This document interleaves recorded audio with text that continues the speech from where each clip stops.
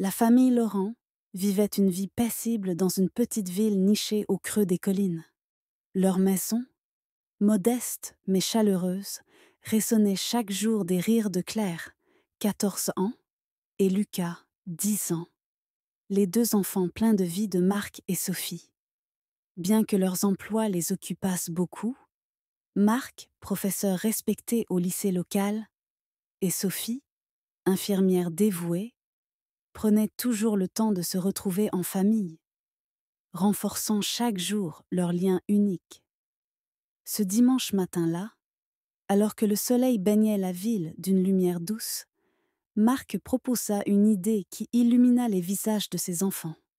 Et si on allait pique-niquer au lac aujourd'hui? Une journée juste pour nous. Claire et Lucas sautèrent de joie, courant dans tous les sens pour préparer leurs affaires. Sophie, fatiguée de sa semaine chargée, hésita un instant, mais l'enthousiasme de sa famille l'emporta. Elle sourit et déclara : « Pourquoi pas? Cela nous fera du bien à tous. » Marc sortit leur vieille voiture du garage, une berline un peu usée mais encore fonctionnelle. Pendant qu'il vérifiait rapidement les pneus et le moteur, Sophie s'assura que tout le nécessaire pour le pique-nique était prêt. Une couverture, un panier rempli de sandwichs et de fruits, et le cerf-volant préféré de Lucas. La famille était visiblement excitée par l'idée de cette journée en pleine nature. Cependant, au moment de monter dans la voiture, Sophie eut une pensée soudaine. Elle se tourna vers Marc, l'air préoccupé. « Ne penses-tu pas qu'on pourrait y aller en 2 fois? Les enfants et moi pourrions prendre le bus ou marcher un peu, c'est plus sûr. » Marc sourit, rassurant. « Ne t'inquiète pas, Sophie. C'est un court trajet et je conduis toujours prudemment. Tout ira bien. » Rassurée, Sophie monta avec les enfants à l'arrière. La voiture démarra dans une ambiance joyeuse, les rires des enfants et leurs chants remplissant l'habitacle.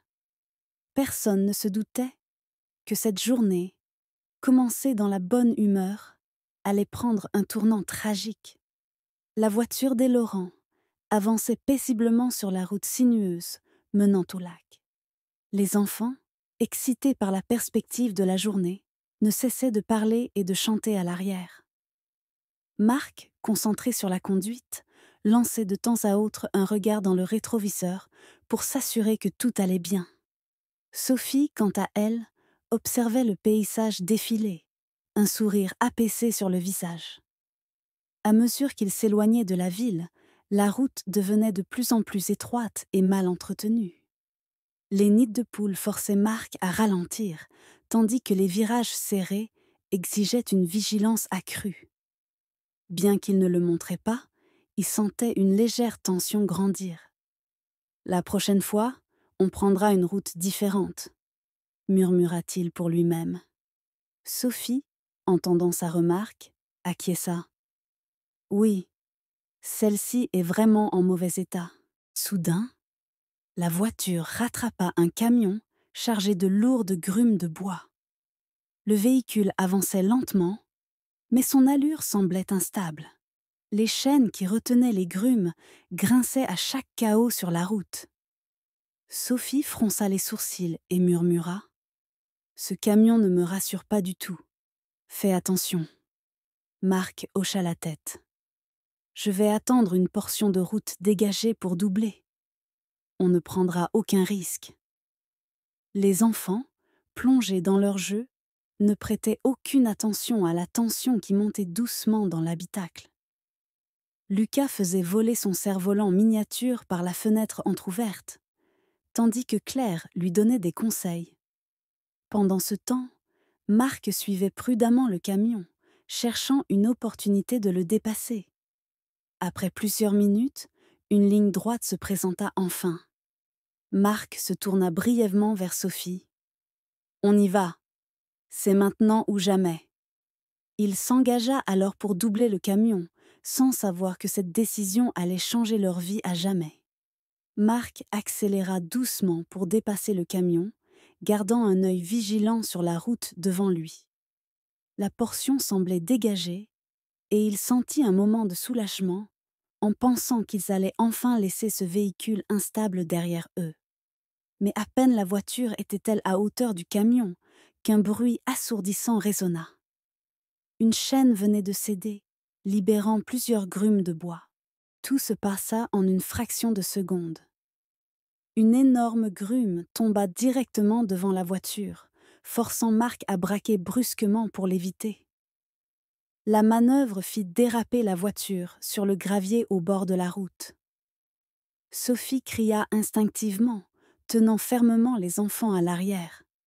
Mais l'élan du véhicule était trop fort, et il quitta la route, plongeant dans un fossé profond. Le fracas métallique de la voiture heurtant les arbres fut suivi d'un silence glaçant. La poussière soulevée retombait lentement, laissant la scène dans un calme irréel. Des témoins qui avaient vu l'accident depuis leur voiture s'arrêtèrent en catastrophe. Certains descendirent précipitamment pour venir en aide, tandis que d'autres appelaient les secours. Lorsque les secours arrivèrent, ils découvrirent l'ampleur du drame. Le véhicule était méconnaissable, écrasé par la violence de l'impact. Les sauveteurs tentèrent de dégager les occupants, mais il était déjà trop tard. Aucun membre de la famille Laurent n'avait survécu. La route, qui quelques instants auparavant résonnait des rires des enfants, était désormais plongée dans une ambiance lourde et tragique. Ceux qui assistèrent à la scène restèrent bouleversés, conscients que cette famille unie avait tout perdu en un instant. La nouvelle de l'accident se répandit comme une traînée de poudre dans la petite ville. Les Laurent étaient aimés de tous, et leur disparition soudaine plongea la communauté dans une tristesse indescriptible. Les voisins, les collègues de Marc et Sophie, ainsi que les amis de Claire et Lucas, se rassemblèrent pour partager leur douleur et tenter de comprendre comment un tel drame avait pu se produire. Lors des funérailles, l'atmosphère était lourde de chagrin. Le maire de la ville, un ami proche de la famille, prononça un discours ému. Marc et Sophie étaient des piliers de notre communauté, et leurs enfants étaient pleins de promesses. Cette perte est irréparable, mais nous devons tirer des leçons de cette tragédie. Voyager en famille, tous dans un même véhicule, peut sembler naturel, mais cela expose à des risques terribles. Ces paroles frappèrent les esprits. Plusieurs parents présents dans l'assemblée commencèrent à se demander si leurs habitudes de voyage ne mettaient pas leurs propres familles en danger. Beaucoup d'entre eux se firent la promesse silencieuse de revoir leur manière de voyager. Le souvenir des Laurent devint un avertissement poignant. Leur histoire fut souvent racontée, non pas pour raviver la douleur, mais pour rappeler que la vie est fragile et que la prudence est essentielle. Le choix de ne pas mettre tous les membres d'une famille dans un seul véhicule pouvait parfois faire la différence entre la vie et la mort. Cette tragédie fit naître une réflexion collective dans la ville et au-delà. Des initiatives furent prises pour sensibiliser à la sécurité routière, et plusieurs familles commencèrent à répartir leurs trajets en plusieurs véhicules ou à choisir des moyens de transport alternatifs. La douleur de la perte des Laurent ne s'effaça jamais, mais elle permit de sauver d'autres vies. Le nom des Laurent, gravé sur une plaque commémorative près de la route où l'accident avait eu lieu, resta un symbole de vigilance et de prévention. Leur histoire continuait de résonner dans les cœurs, marquant à jamais ceux qui l'entendaient. La tragédie des Laurent bouleversa profondément les mentalités dans leur communauté et au-delà. Chaque famille qui entendait leur histoire était confrontée à une question essentielle. Que pouvons-nous faire pour éviter que cela se reproduise? Peu à peu, les habitudes changèrent. Les trajets en famille furent repensés. Beaucoup commencèrent à diviser les membres entre plusieurs véhicules ou à privilégier des moyens de transport collectifs pour réduire les risques. Le souvenir des Laurent fut également intégrée dans les campagnes locales de sensibilisation à la sécurité routière. Dans les écoles, les enseignants racontaient l'histoire aux enfants pour leur apprendre l'importance de la prudence sur la route. Une phrase récurrente marqua les esprits. Protéger sa famille, c'est aussi prévoir l'imprévu. La plaque commémorative érigée près du lieu de l'accident devint un lieu de réflexion. Chaque année, des fleurs y étaient déposées par des inconnus touchés par cette histoire. Marc, Sophie, Claire et Lucas n'étaient plus là, mais leur mémoire continuait de sauver des vies. Ils étaient devenus, malgré eux, un symbole de vigilance et de prévoyance. Avec le temps, l'histoire des Laurent fut racontée dans d'autres villes et même relayée dans des campagnes nationales. Les autorités locales, marquées par cet accident, renforcèrent les réglementations sur le transport de charges dangereuses, comme celle des grumes de bois mal attachées. Le camion impliqué dans l'accident n'était plus un simple véhicule. Il était devenu un rappel silencieux des conséquences terribles de la négligence. La perte des Laurent resta une blessure pour ceux qui les avaient connus, mais elle laissa un héritage précieux.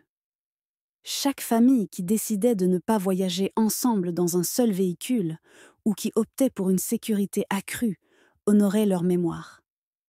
Leur tragédie devint un puissant message universel. La prudence peut préserver ce que nous avons de plus cher. Ainsi termine l'histoire triste de la famille Laurent. N'hésitez pas à vous abonner pour plus de contenu rempli de leçons de vie et dites-nous dans les commentaires depuis quel pays vous nous suivez. Merci pour votre soutien et à très bientôt pour une nouvelle histoire.